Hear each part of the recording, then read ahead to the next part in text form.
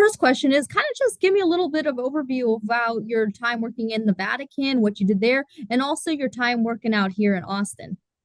Well, I am originally from Dallas, actually from Garland, and I came to Austin to go to the University of Texas. And I started working for the Diocese of Austin in the tribunal office, which meant I was working with marriage annulments of all things. And in 2001, actually right after the 9/11 attacks, literally 6 weeks afterwards, I moved to Rome and got a job at the Vatican working for Vatican Radio. And I was there for 15 years. My wife is from England, and we have our children, and we decided we moved to England in 2017, which is where I am now. And I work for Crux, which was founded by the Boston Globe about a decade ago, a little bit over a decade ago, and it became private about 9 years ago. And I started working for them in 2017. But it's online, so I work from home mostly. Yeah, so expand a little bit about your time working at the Vatican, like what that was like working there, working so closely to that. Maybe talk about some of the things that you covered during that time. When I started working at the Vatican in 2001, Pope John Paul II was in power, and he was in his later years at that time. So there was a lot of weirdness in that because he was very sick, but the Vatican didn't like to admit he was sick. So a lot of our reporting was oblique, I think is the word I could use. And then when Pope Benedict was elected, he was a little bit less enthusiastic and less, out there than Pope John Paul II was. A little bit more intellectually minded. It was interesting. I got to travel to Pope John Paul II's when he went to oh gosh, he went to Spain. I got to go with him there, and I got to go to Spain with Benedict. I never traveled with Pope Francis, but I did get to meet him twice. I doubt he would have remembered these meetings. That I was, in a line, but he did shake my hand, which was nice.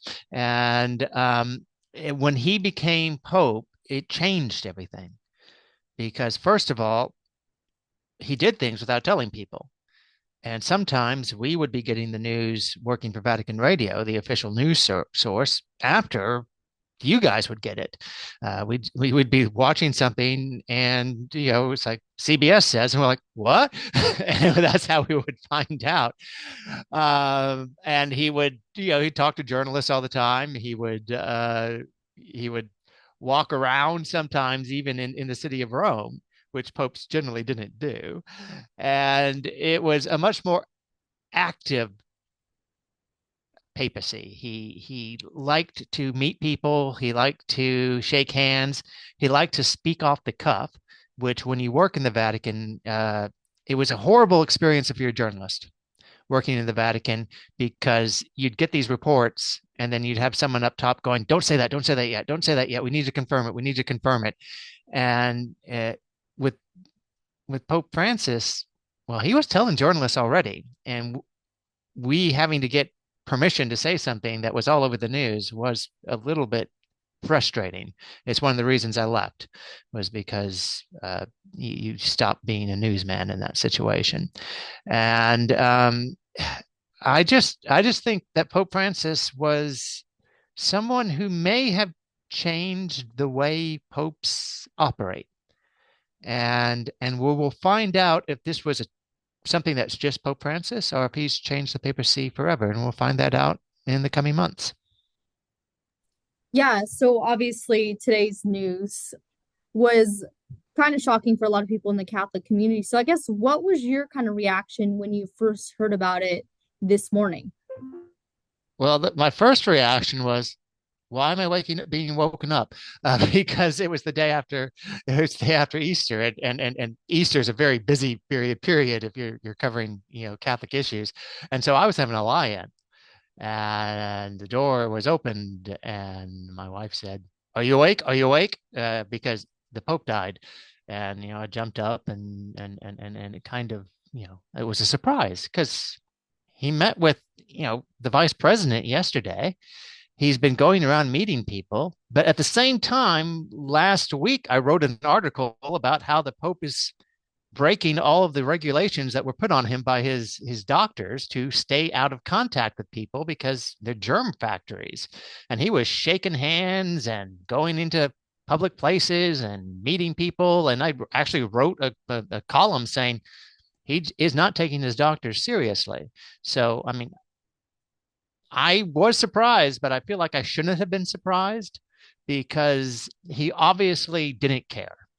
And I have a feeling that he knew he was, he knew he was 88, and he knew his time was coming, and he didn't want to spend his last moments locked in a chair somewhere being told that, no, if we keep you here, we might keep you alive for an extra few weeks. And he said, no, I want to go out and meet people, and I want to live my life as I should live it until the end comes. And because he was living his life as he wanted to live it, we were surprised that he died. But it's also surprising that we found it surprising, if that makes sense, because we knew that he was going to die soon. But I mean, he met with the vice president yesterday. That's why it was a surprise, because he didn't have that last period of being in bed for 3 days or something like that. Yeah, and obviously you talk about him meeting the vice president yesterday, but he also went ahead and did his big Easter mass. And I mean, kind of just talk about that, seeing him yesterday come out, do this mass, and then today, just the news that we're getting. Can I intervene? He didn't Yeah. actually do the mass. Oh, okay. Okay. He came out and greeted the people who were there at the mass. He didn't do the mass, but he did go to where the mass was to Yeah, greet but people. even that in itself, him making an appearance there, and then we wake up this morning just one day after Easter, which is huge for the Catholic community, especially this Mass. So just to kind of talk about seeing that compared to what we're seeing today. Well, seeing that was always a nice surprise because he was supposed to be keeping calm, and he was supposed to be staying in his room, and he was supposed to be, you know, waiting out getting better. As doctors told him that you can go home, but you need to stay in your room. And he was ignoring them literally from the moment he left the hospital. He went off to another church and waved. And he's been doing that since he got out of the hospital. And so everyone knew that they were going to see him yesterday because that's what he was doing. And everyone was waiting to see if he was going to meet with the vice president. And because we had reports that he had met with him on Saturday, and it ended up those were false reports. And so we were waiting to see, and then he saw the vice president, and we're like, okay, good, that's a news story. That was going to be our news story today, but we had to kind of take that out.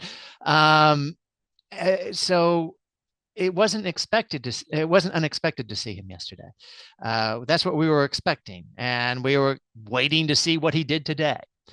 We were waiting to see what he would do the next day because it's a very big year for the Catholic Church, and he obviously wasn't shutting himself down. Um, and it's been that strangest sense that we've had. We've all known he was approaching his final days. I mean, doctors told us he nearly died twice when he was in the hospital. We know that he still had an infection that they had not gotten rid of.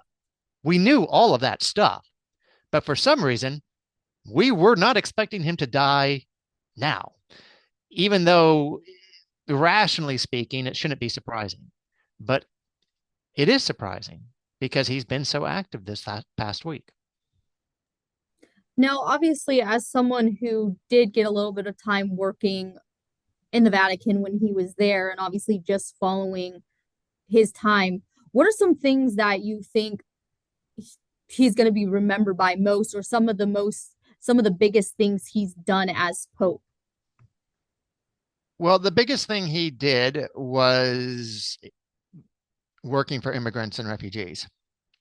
I think that is what we'll see his primary actions.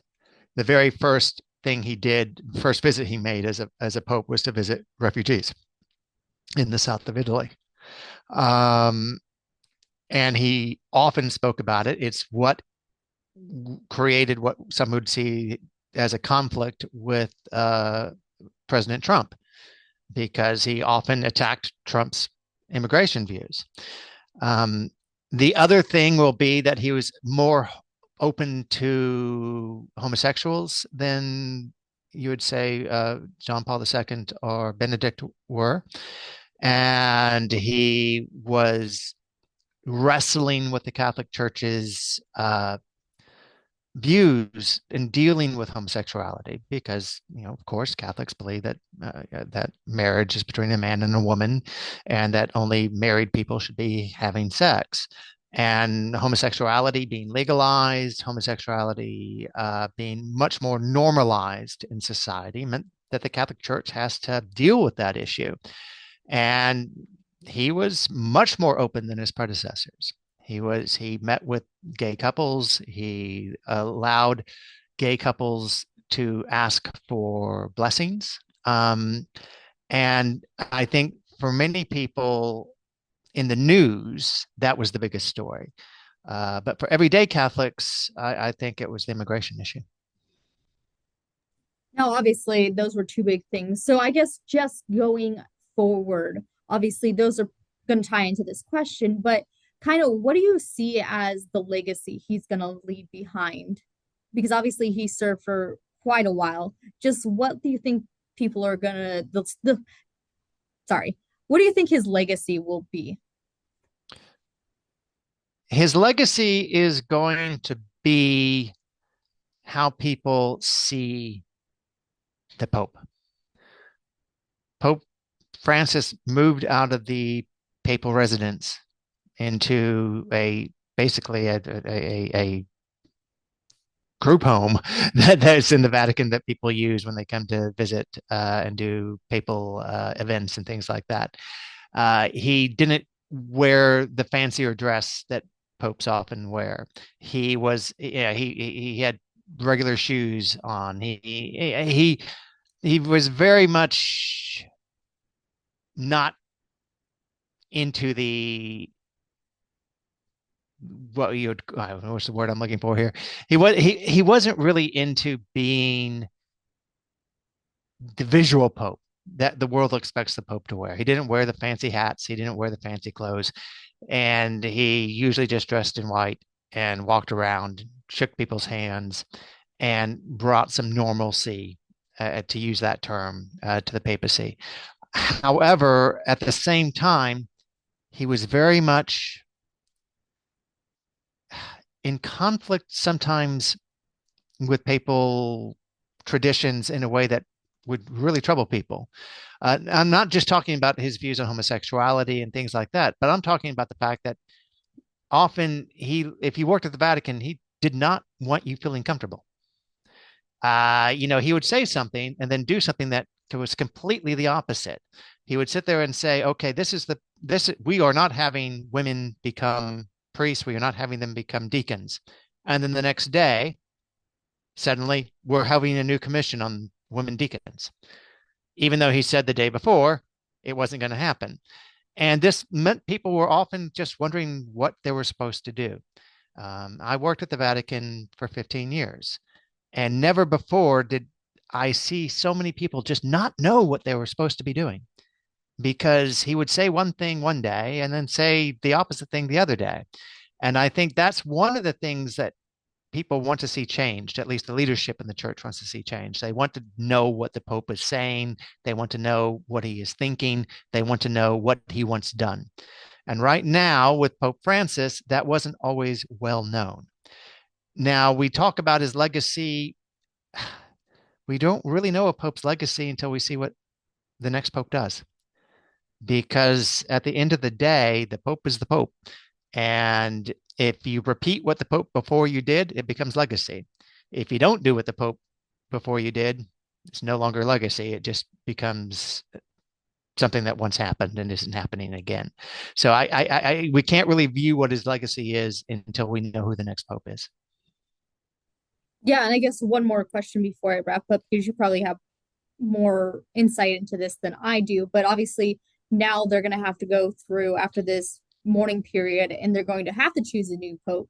So, where do you see that going, or do you have any indicators of that at this point? Well, one of the things that Pope Francis did, now his predecessors would do this too, is he made more cardinals than were technically allowed. Supposedly, there's supposed to be a 120 person limit. Now, often a pope will say, well, we're going to expand it, but never before has there been an election with more than 120 cardinals. There's 135, and they don't know each other. And so, what's going to happen for the next few weeks is these guys are going to have to talk to each other and figure out who thinks what. And there's a lot of people saying that, oh, this guy will be pope, or this guy will be the pope, or oh, someone like Francis or someone not like Francis at all is going to be pope, and no one really knows. And I'm not gonna pretend to make a vote. I'm not going to sit there and go, oh, this person's in the running, because I don't think anyone has any idea who the next pope is going to be. And there's an old saying at the Vatican, which is anyone who walks in to a papal election as pope walks out as a cardinal. And right now, I don't think there are many people walking into the conclave as the next pope. I think no one knows what's happening, and that makes it really interesting. But it's also, for a lot of Catholics, kind of scary. But um, it the church goes on. It's been going on for 2,000 years. I don't think it's going to change too much with the next election. Perfect. And I guess just to wrap up the interview, is there anything that I didn't ask you that you would like to add about this? Um, that is an interesting question in itself, because I have to admit, I mean, I woke up really, I mean, I was woken up really surprised, because we weren't expecting it at all. Um, one of the biggest issues that Pope Francis was pushing was having what he called a synodal church. And this is a word that no one has yet defined. And we've been talking about it literally for years upon years. They've been having meetings on synodality for years, and no one has ever defined this term. And they're supposed to be talking about it. There's supposed to be, for the next 3 years, more meetings on synodality, which only Pope Francis seemed to know what he meant. And that's going to be the most interesting thing that the next pope is going to have to face, because these meetings are already on the schedule. And he's going to be the one who has to decide what is synodality. And quite frankly, he might just say it doesn't mean anything, we're going to move on. And you talked about the legacy. What Pope Francis wants his legacy to be is a synodal church, but he never defined what he meant by that. And the question is whether or not the next pope will define it or just dismiss it. And that's happened before with other popes. And Pope Benedict's big deal was having a church that had an output for people who weren't Christians, that they could come and do something, but not even they weren't really practicing. And no one talks about that anymore. Pope Benedict, Pope John Paul II talked about having a Catholic view of sexuality, and no one talks about that anymore. And the question will be, will they be talking about synodality with the next pope? And I'm guessing they won't, but I could be wrong. Thank you for watching. Please hit the subscribe button and get the latest news by downloading the CBS Austin News app.